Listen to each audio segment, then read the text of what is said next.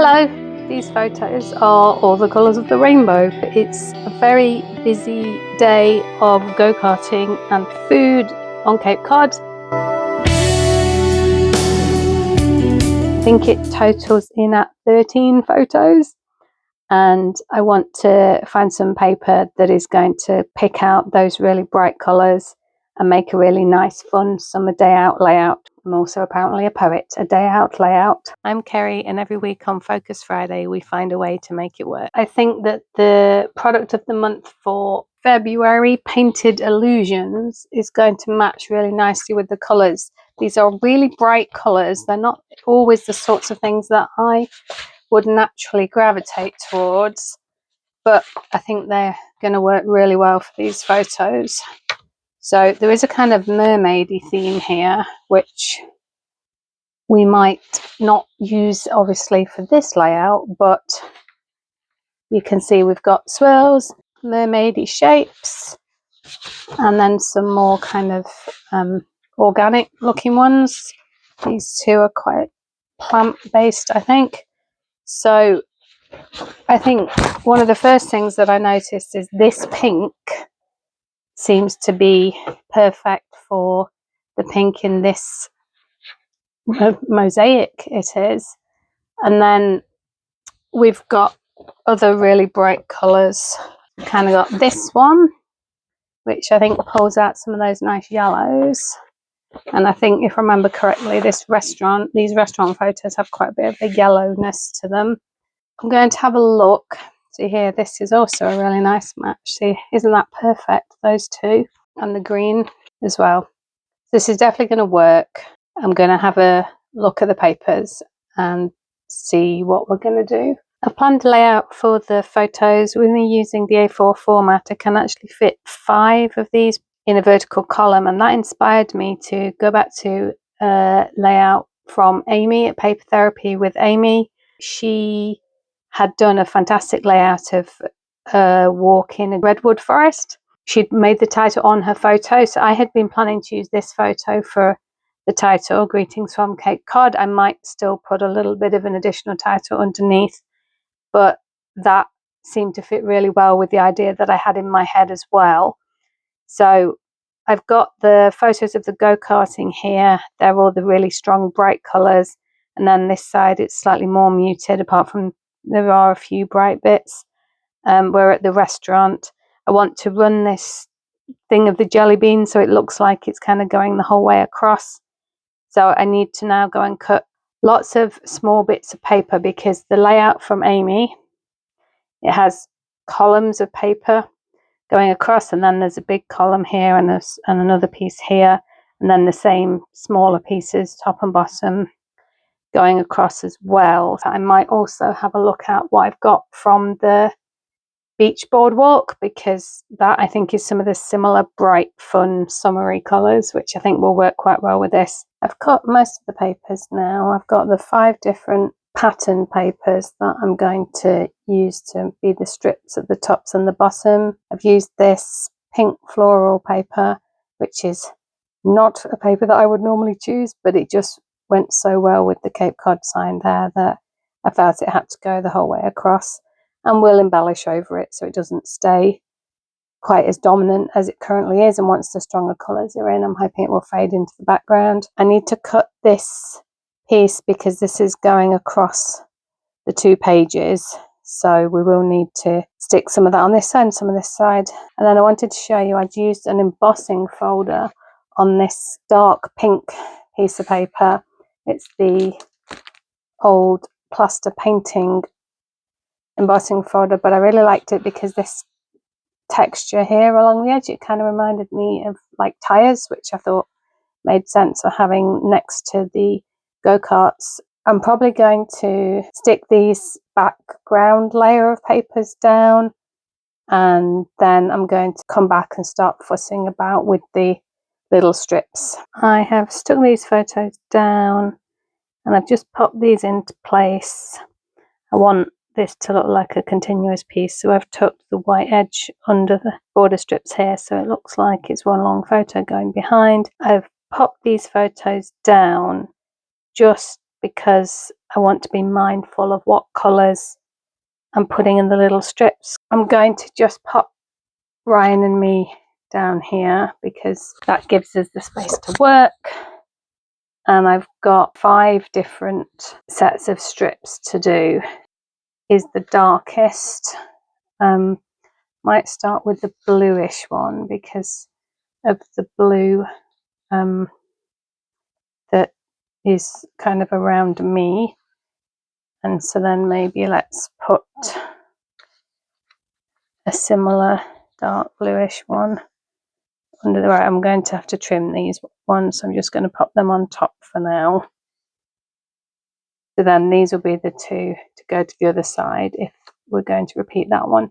And then I've got 3 of the papers are various swirly rainbowy type ones, and then 2 are more a pattern, so I'm going to alternate those so they look very different. I think this is where I said I don't want to have the bright pink right behind my head, so I think we'll start up here with this one. Maybe we'll go for a yellowish one, and I have inked around the edges of these photos, so I probably will do all the photos, and I've got to decide whether I want to ink around these strips. I haven't done that pink piece, which now I'm thinking maybe I should have, but I also purposefully didn't stick near the edges, so maybe I can run along there with a finger dauber. So let's maybe go this greenish one coming out of this end. I'll pop that there for the other side. So then we want one of the rainbow ones. Maybe we'll go, well, that's the bright pink with my face again. Maybe we'll go green. And then down here we use maybe this one because we want to make them not look too identical. Then we want the pink, which is, I think the purpley ones look better near Ryan's face, don't they? So I think that one's that way up. I seem to have stuck that one down a little bit. And then down at this end we'll go for purpley pink as well. And actually, and then I've saved you from having to watch me cut them all down a little bit narrower and figure out the left hand side as well. I've stuck all the strips down now and inked up all the photos. I've adhered these 2 of the jelly beans, but I'm still wondering about whether we need to put some photo mats behind these, especially I'm thinking maybe something to go around here. I've got a stamp that is a title builder that has the big letters day and then other words that can go around it, and I'm thinking maybe that might fit there just nicely, and then this can be moved depending on how much space I need for that. This is also a little bit of a strange space, so I'm going to think about what to do with that. So in the layout that I'm scrap lifting from Amy, she has a title and then she has sort of like a part of the title overlaid on the big words of the title, and hers says Grove of the and then Titans, but I want to use this day stamp, and I'm thinking what a wonderful day, and I'm thinking of laying that through there somehow. So what I want to do is I'm going to stamp it onto white card because then I'll see what I might want to cut out or not. So taking inspiration from Amy's original layout, I'm going to try and do like a 2-layer stamp here. So I'm going to, oh, wrong way, going to stamp day in strawberry slush and then overlay what a wonderful with the misty moonlight. Although this is a nice strong bright colour, it's obviously not as dark as misty moonlight. Still quite sticky. But I'm optimistic this will stamp pretty well. So give it a nice press down. See if we can fill in those blank spots with the ink that was already on the stamp. What a wonderful. Hope it's the right way up. And then I'm going to use the lines on the stamping platform to make sure that this is straight.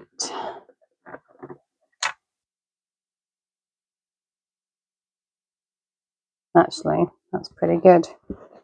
Then we'll get some Misty Moonlight on here. Hopefully this will be less patchy.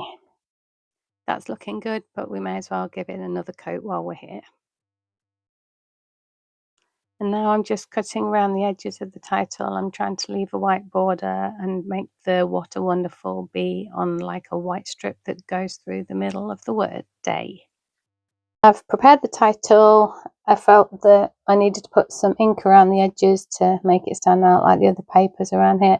And I've just run a banner behind it of the Misty Moonlight so that it all stands off. And I'm going to tuck that under the photo, but over this paper here, so I feel like that's coming together quite nicely. I did some yellow stamping behind the picture of Ryan to try and lift that off, but it does look a little bit strange. Can't say that I'm loving how that's turned out. I think I might just get a little bit of a blending brush and try and soften those edges because they do look a bit spidery. I'm going to stamp these tickets with this phrase here that says, "Let's go." I've cut some tickets out of this sheet of ticket paper from the Beach Boardwalk set, and I've also pulled out a couple more things. This little keyring I've made from the Tags to Go set from On the Go from Stampin' Up, but all the rest are things that I had in my stash. Stampin' Up have actually got a gears and textures set that's available at the moment. I'll link that down below, but this is a set of gears that I've had for a long time because having a husband who restores classic cars means that you need these kind of things. So I've put 3 of the tickets that I stamped there, and that was really important to me because this was a trapped space. I had to have it that way because I wanted this continuation of the rainbow jelly beans. But I had to do something with that wasn't too in your face.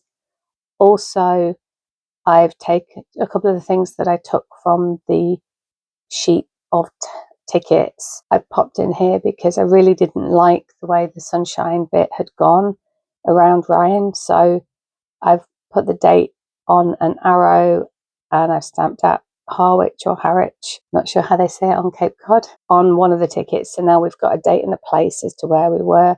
And I'm okay with the couple of little bits of sunshine and the yellow ink blending around there.